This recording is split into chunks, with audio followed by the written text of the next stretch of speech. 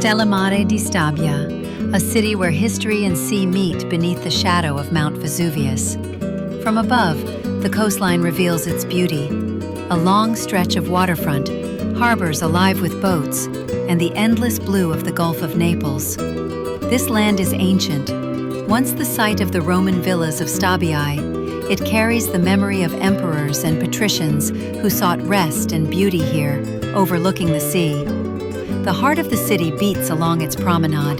Cafes and palaces open to the Gulf, while the mountains rise steeply behind, framing Castellammare with a natural crown. From here begins the road to the Sorrento Peninsula, a journey of cliffs, lemon groves, and the promise of Amalfi beyond. And from its port, ferries depart towards Capri and the islands, just as fishermen once set sail at dawn. At sunset, the city glows with golden light. The waters reflect the sky, and the presence of Vesuvius reminds us of both beauty and strength, silence and eternity. Castellammare di Stabia, where past and present meet at the gateway to the Sorrentine Coast.